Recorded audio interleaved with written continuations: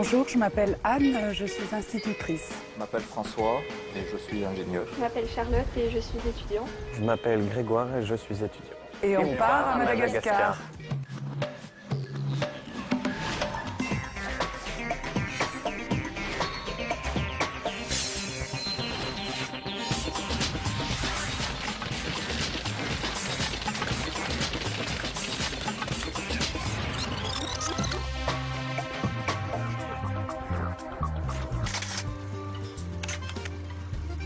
Pour moi, Madagascar, c'est une faune et une flore exceptionnelle et unique. C'est une terre rouge, des baobabs gigantesques. Avec 80% d'espèces endémiques, Madagascar est un véritable musée vivant, une richesse naturelle dont dépend 80% de la population, mais qui est menacée de disparition, notamment à cause de la déforestation.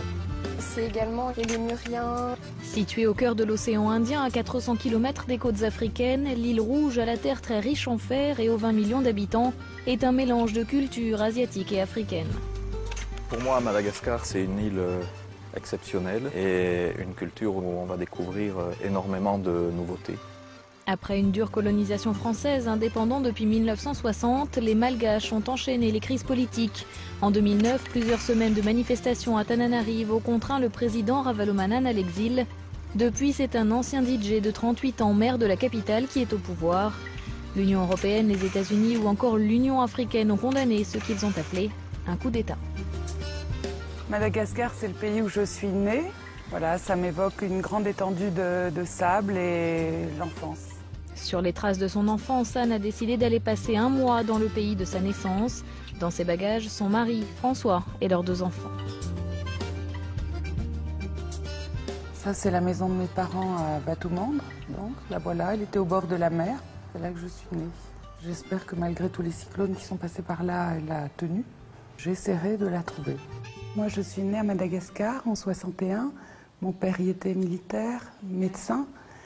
Et il a séjourné à Batoumandry et puis à Manandjar. Je voudrais retourner sur les lieux de mon enfance. Et avant de partir, vous avez des appréhensions, des choses qui vous inquiètent particulièrement ou... Quelles sont les conditions de stabilité politique du pays? Déjà connaître l'histoire de Madagascar, avoir quelques repères historiques et savoir ce que le pays vit depuis la décolonisation, comment il s'organise politiquement. Et que représentent les Français aujourd'hui? Qu'est-ce qui reste comme ressenti? Ça, j'aimerais bien le savoir. Pour répondre aux questions de nos voyageurs sur l'évolution de la situation politique à Madagascar et de la place de la France, nous allons rencontrer Françoise Raisonjourde, elle est historienne, spécialiste de Madagascar.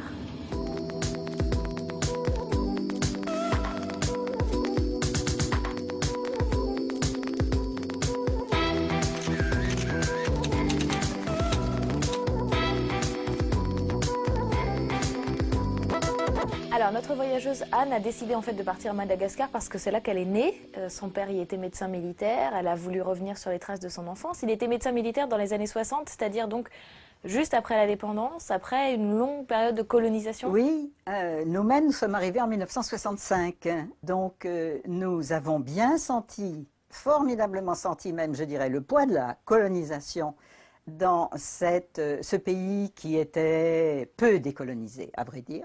Ceci dit, la colonisation a été dure et quand on arrive en 1945, l'île est affamée, épuisée et déjà en état de semi-révolte. Cette insurrection éclatera sur la côte est, c'est pas surprenant parce que c'est la partie des plantations où la colonisation a été la plus dure. C'est le massacre de 1947. Voilà, alors...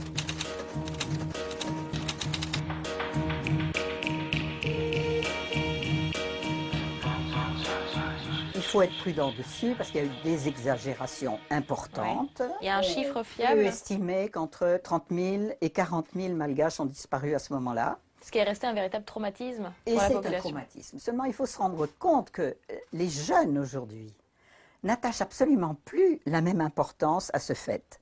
Et au moment où Jacques Chirac, en 1997, a déclaré que la France regrettait Il pensait que c'était une parole réparatrice.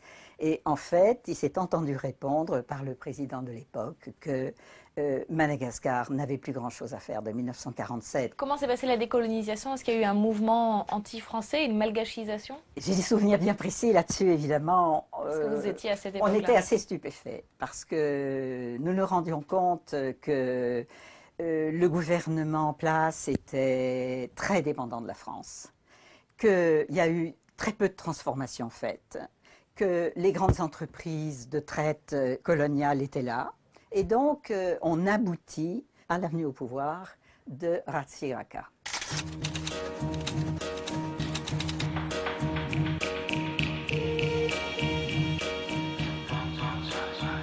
On se trouve à ce moment-là avec un régime marxiste-léniniste, du moins l'annonce-t-il cette couleur, qui, sur le plan des rapports extérieurs, fait une œuvre très utile en ouvrant Madagascar à des rapports à de nombreux pays, et en même temps démarre une désastreuse période sur le plan économique. Une sortie de la zone franc. Brutale, sortie de la zone franc brutale.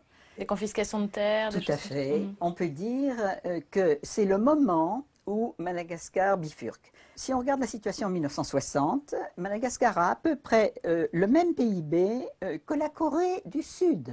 Et ensuite, il va y avoir une progression fantastique de ces États d'Asie et, à côté de ça, une dégringolade de Madagascar. Aujourd'hui, il reste des liens privilégiés, politiques, militaires, économiques avec la France? Ils sont beaucoup moins forts. Ravalomanana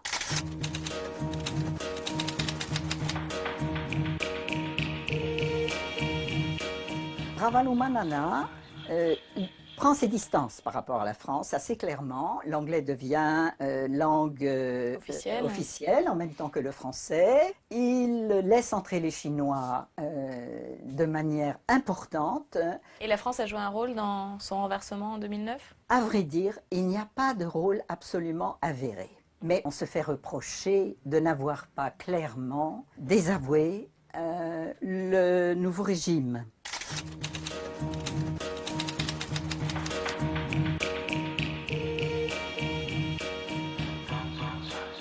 Depuis 2009, donc le renversement de Ravalomanana, c'est une haute autorité de transition en fait qui dirige le pays en attendant des élections. En attendant des élections, toujours sans arrêt repoussées. C'est comme un navire sans gouvernail.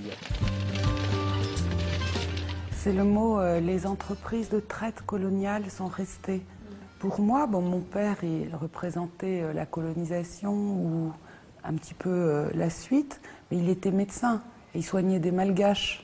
Donc mon idée dans mes tripes de la colonisation, elle n'est pas celle-là. Elle est une aide apportée par un médecin à la population locale. Vous n'aviez pas idée que la colonisation avait été très dure, avec du travail forcé pour les malgaches? Je le sais par l'histoire, mais... c'est pas comme ça que vous le ressentiez? Par mon cœur, c'est autre chose. Du coup, ça vous fait redouter d'autant plus un sentiment anti-français? Non, moi je redoute pas un sentiment anti-français. Ouais, Madagascar est plein de ressources et qu'est-ce qui empêche aujourd'hui le peuple malgache d'exploiter ses ressources eux-mêmes sans se faire piller par les étrangers? On revoit là l'idée de la traite par des pays extérieurs de l'industrie, le pillage un peu de l'industrie locale. 3 Malgaches sur 4 vivent en dessous du seuil de pauvreté. C'est l'un des pays les plus pauvres et les plus aidés au monde. Sur quoi repose son économie? C'est Anitra Rakutobe, économiste malgache, qui répond aux questions de nos voyageurs.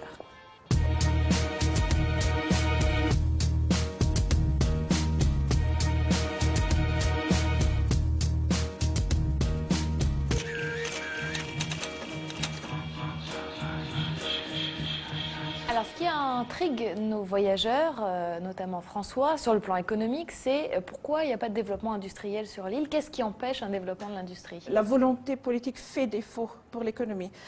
Il y a eu un moment où, par exemple, suite à son autoproclamation, Marc Ravalomanana, qui sortait de la filière agroalimentaire, on va dire, est arrivé à la tête de l'État.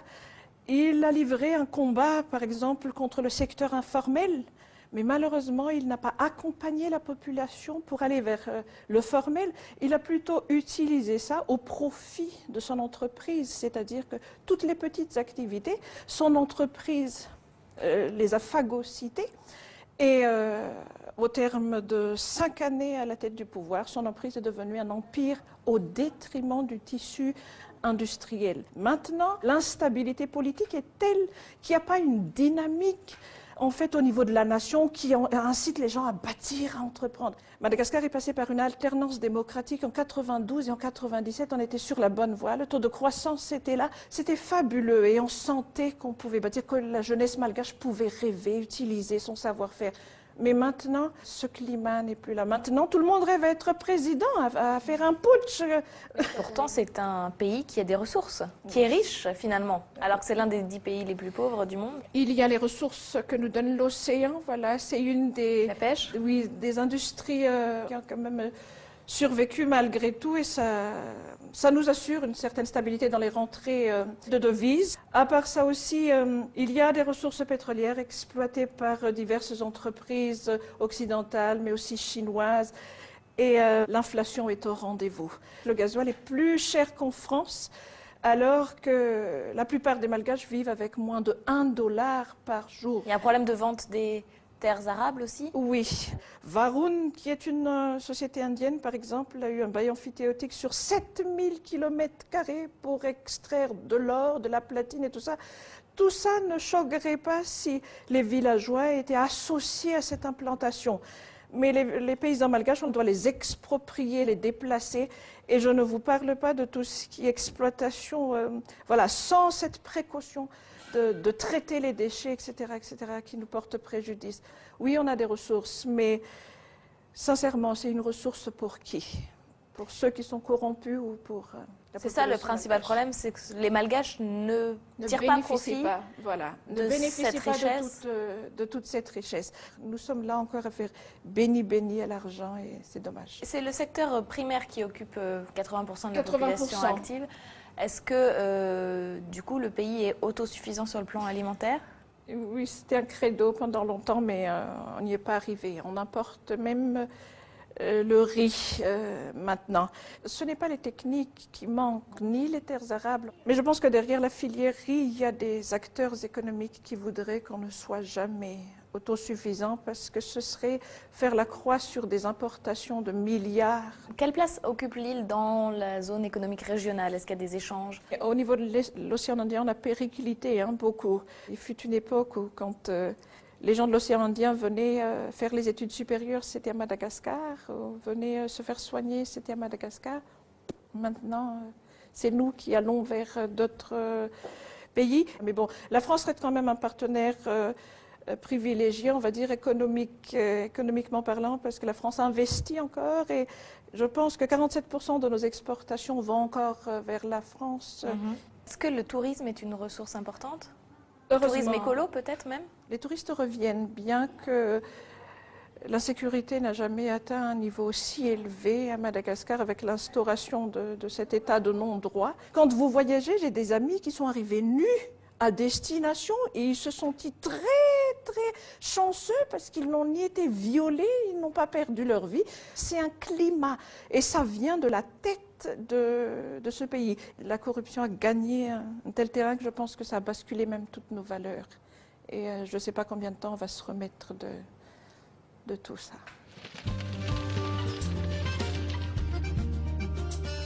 Pour moi, ça confirme le niveau de sécurité qu'on peut avoir dans un pays comme Madagascar, d'où l'importance de bien connaître le mode de vie et de façon à ce que, quand on sera sur place avec notre culture occidentale, on puisse s'adapter. C'est une population très particulière parce qu'elle synthétise des influences asiatiques et africaines.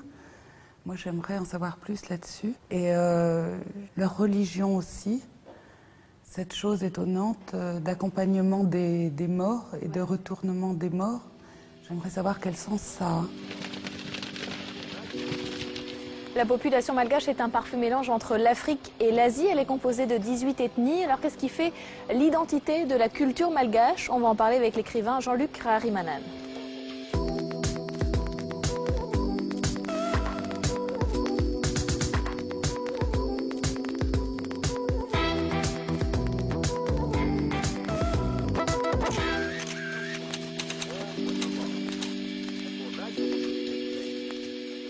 Alors, ce qui intrigue nos voyageurs, c'est ce mélange entre l'Afrique et l'Asie, en réalité, qui constitue le peuple malgache. Est-ce qu'on peut retracer brièvement les différentes étapes du peuplement de l'île? On pourrait dire que vers les années 700, il y a eu les premières migrations qui viendraient plutôt de Malaisie, d'Indonésie, plutôt de l'Asie du Sud-Est.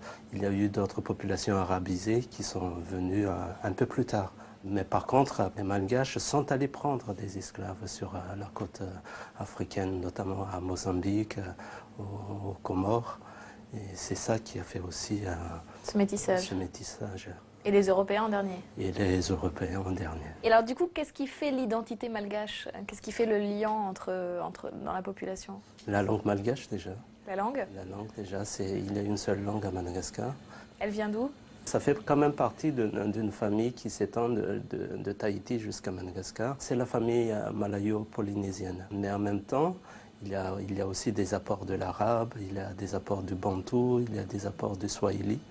Mais à Madagascar, on ne s'en rend pas compte. Mais cette spécificité linguistique, il n'y a qu'à Madagascar qu'on parle le malgache. Est-ce que les malgaches en sont fiers ou est-ce que ça les isole un peu du reste du monde? Oui, ils sont très fiers.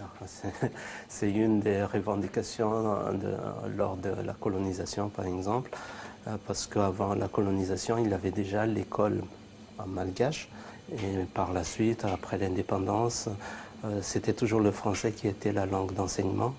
Et en 1972, la première revendication des étudiants malgaches, c'était le retour à la langue malgache. Et aujourd'hui, l'héritage français, on le voit encore beaucoup à Madagascar? On peut parler d'héritage, oui, mais bien sûr, il y a la langue française qui est toujours langue d'enseignement. Il y a aussi le droit malgache, par exemple, c'est calqué sur le droit français. Donc il y a tout ça, oui. Vous êtes perçu, en tout cas dans votre pays, comme un écrivain qui dérange. Est-ce que vous avez des problèmes de liberté d'expression? Dès mon premier livre, j'avais un livre censuré. Ouais. Et puis, dans mes livres, je parle de la pauvreté, je dénonce les politiques malgaches.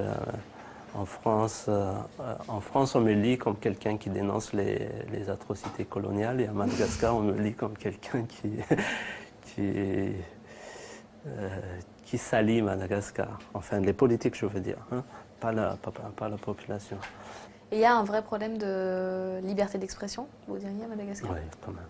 C'est très vicieux parce que vous n'avez pas d'emprisonnement, mais vous avez des disparitions, vous avez des pressions sur le travail, sur les familles.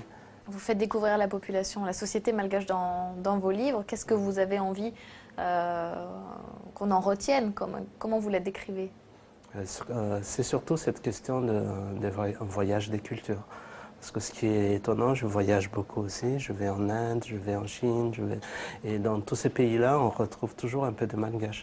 C'est une sorte de condensé comme cela de plusieurs cultures, et c'est d'une richesse extraordinaire. Par exemple, vous en avez Par exemple, le hindouisme, c'est quelque chose qui est assez proche de la culture malgache. Il y a le culte des ancêtres sur toute l'Afrique.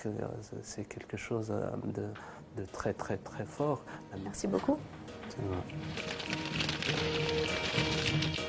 Pour mieux s'intégrer dans la population, pour ne pas froisser les malgaches qu'ils vont rencontrer, nos voyageurs aimeraient connaître leur mode de vie, leurs croyances, les spécificités linguistiques. On va en parler avec Brigitte Rasoulouniaï, elle est maître de conférences au Langso.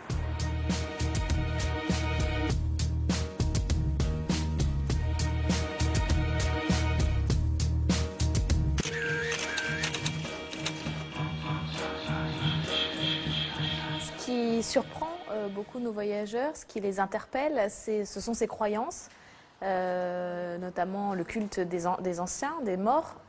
Ils se demandent un peu si ça relève du folklore ou si c'est quelque chose de vraiment... de très profond parce que la société malgache est hiérarchisée et tout en haut se trouvent les ancêtres. Et les ancêtres, c'est donc les morts, les décédés, qui passent à ce stade lorsqu'on a fait les secondes funérailles que vous appelez exhumation ou qu'on appelle couramment retournement des morts. C'est-à-dire qu'on déterre les morts? Oui, on déterre les morts, on fait une fête et c'est toute la communauté qui participent à cet événement. C'est pas du tout individuel, c'est très collectif. Et c'est un moment de joie, un moment de rencontre. Et je pense que c'est un moment de communion avec les décédés. Donc on les transporte sur les épaules et on fait le tour, on danse avec. Est-ce qu'on peut assister à ça quand on est visiteur? Oui, à condition de respecter la profondeur de ce que les gens vivent ce jour-là. Est-ce que tout le monde fait ça ou est-ce que c'est seulement la partie de la population qui a ces croyances-là? C'est presque tout Madagascar qui pratique ce genre de... En plus d'une religion monothéiste? En plus de la religion. On peut être en même temps chrétien, pratiquant tous les dimanches, mais organiser ces secondes funérailles parce que on a le devoir de respect envers les ancêtres. Et parce que si on ne le fait pas, ces ancêtres ne seront jamais passés au rang d'ancêtres, qui sont protecteurs, qui nous aident à passer la vie. Parce que la mort est toujours au bout, de toute façon. Donc on n'a pas peur de la mort non plus. Les tombeaux sont dans les villes. On trouve les tombeaux partout. Il n'y a pas de cimetière. On n'est pas dans ce sens d'isolement de la mort par rapport à la vie. On est ensemble. Et sur les modes de vie, il y a plus d'influence justement asiatique, africaine. Comment vous feriez? Il y a une diversité. On se retrouve presque d'un continent à un autre quand on change de région. Et donc, si on est à Tananarive, c'est une manière de vivre qui est presque proche de l'Occident. On retrouve certaines choses. Mais si on se retire un peu des hauts plateaux, comme on les appelle, c'est une autre manière de vivre qui se rapproche beaucoup plus soit de la Réunion, parce qu'on est à l'est, on est près de la Réunion, soit de l'Afrique. Donc un peu bantou, un peu... Merci beaucoup. Merci à vous. C'est là qu'il y a le parc avec beaucoup de lémuriens. Voilà. Ranumafan. Voilà, donc là, on visite du parc. Voilà, c'est celui-là. Donc celui-là, il doit être par ici. Moi, j'avais quelques questions sur l'environnement. Et je me demandais, du coup, si... je pense que c'est pas une priorité pour les Malgaches, mais comment ils vivent avec leur environnement, s'ils ont des inquiétudes par rapport à ça. S'ils y sont attentifs. S'ils voient ça juste comme une ressource pour subvenir à leurs besoins, ou s'ils y font attention et ils le préservent. On voit dans certains pays les ravages qu'a fait la déforestation. Est-ce qu'aujourd'hui c'est une problématique qui est prise en compte?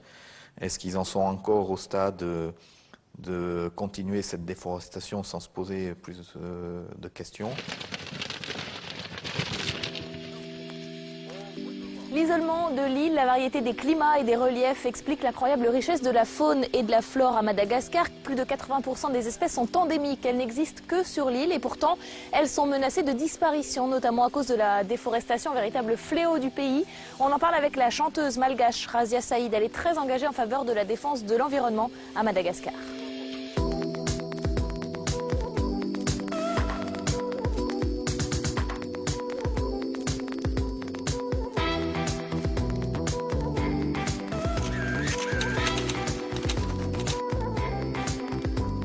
Alors l'une des particularités de Madagascar qui attire beaucoup les touristes, c'est la richesse de sa faune et de sa flore. C'est un musée vivant en fait. Oui. 80%, au moins 80% d'espèces qu'on ne trouve que sur l'île. Endémiques. Du fait que ce soit un pays qui soit séparé de l'Afrique des centaines de millions d'années. Donc ça a permis aux prédateurs de ne pas survivre là, et c'est ce qui fait que ces espèces on continue à en trouver. Encore en 2010, on a trouvé une espèce de lémurien. Non seulement les lémuriens, mais bon, il y a toute une espèce des espèces de grenouilles, d'oiseaux, de flore, d'orchidées. Enfin, c'est sans fin. Alors justement, à propos des lémuriens, Charlotte, notre jeune voyageuse, se demande si on les voit comme ça, si on peut les approcher, comment est-ce qu'elle va pouvoir les découvrir en allant à Madagascar? On peut les approcher et dans certaines régions de Madagascar, comme dans la forêt de Ranumafan, il y a une vingtaine de lémuriens qu'on peut trouver dans la forêt. Et dans une journée, quelqu'un peut rencontrer 8 sortes de lémuriens et vous pouvez vous approcher aussi près que 3 mètres. Il y a d'autres espèces qui, elles, ont disparu, des lémuriens géants, des oiseaux éléphants. Il y avait des lémuriens géants qui pesaient jusqu'à 200 kilos et qui ont disparu. Maintenant, il y a les plus petits. Évidemment, les gens ont commencé à chasser les lémuriens qui étaient les plus gros pour pour manger, donc c'est essentiellement dans un but d'avoir de la viande. En revanche, la tortue malgache est une des 10 espèces les plus menacées de disparition au monde. C'est une tortue qui vit essentiellement dans le sud de Madagascar. Et c'est une tortue qui est en voie de disparition parce que non seulement pour la viande, mais aussi parce qu'elle a été beaucoup exportée, des braconniers carrément qui sont munis d'armes, qui viennent dans ces coins-là, dans le sud, dans ces déserts épineux et qui viennent chasser ces tortues. Et donc ces tortues ont été beaucoup exportées, notamment en Chine, où ils pensent que non seulement la tortue en tant que viande, mais aussi la carapace a d'autres pouvoirs. Enfin bref, ils ont trouvé plein de pouvoirs à cette tortue qui fait que cette pauvre tortue est vraiment en voie de disparition. Et alors, ils ont dit que d'ici 20 ans, cette tortue n'existera certainement pas à Madagascar, à la vitesse à laquelle les choses se font. Oui. Et alors, de manière générale, la richesse de la nature à Madagascar est menacée, notamment à cause de la déforestation dont on parle beaucoup et contre laquelle vous êtes très engagé. Vous avez consacré quasiment un album oui, absolument. à cette problématique. Vous avez créé un festival. Pourquoi cet investissement personnel ?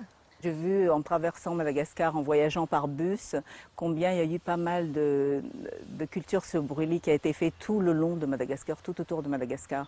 Et ça m'a vraiment choquée. C'est vrai que ça brûle dans tous les sens. Il y a cette odeur de fumée et la déforestation est beaucoup due à des pratiques qu'on a depuis des générations. Et Madagascar est un pays qui est très très pauvre.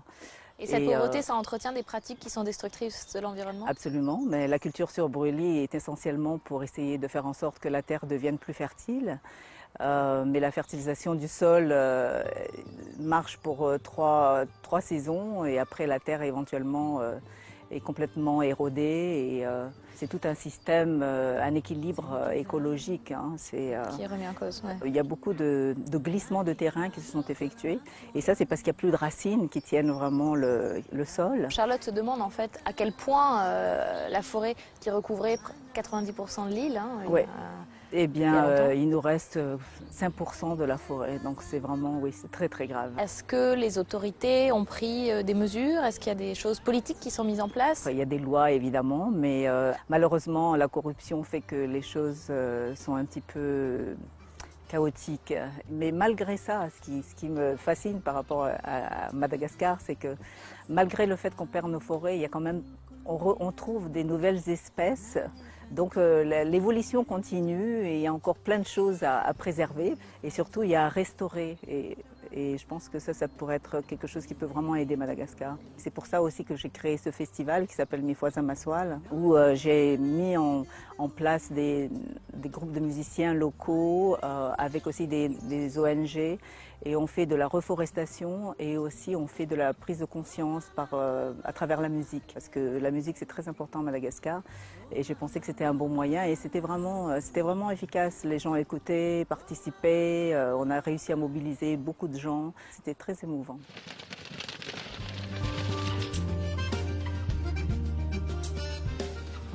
Quelqu'un a les clés? Bonjour. Bonjour. Ça y est, vous êtes prêts à partir? On est prêts. Impatient? Il y a quelque chose que vous avez hâte de découvrir? Le pays, ses images, ses odeurs. Sa gastronomie, les lémuriens, les baobabs. Hâte de retourner sur les traces de votre enfance? Et les maisons de mon enfance. Alors juste avant de partir, j'ai quelques petites choses à vous donner sans trop vous charger.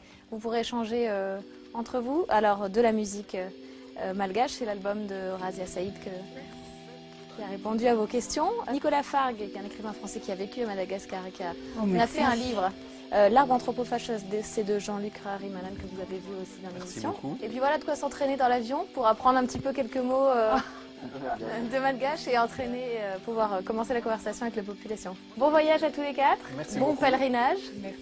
Et puis donnez-nous des nouvelles.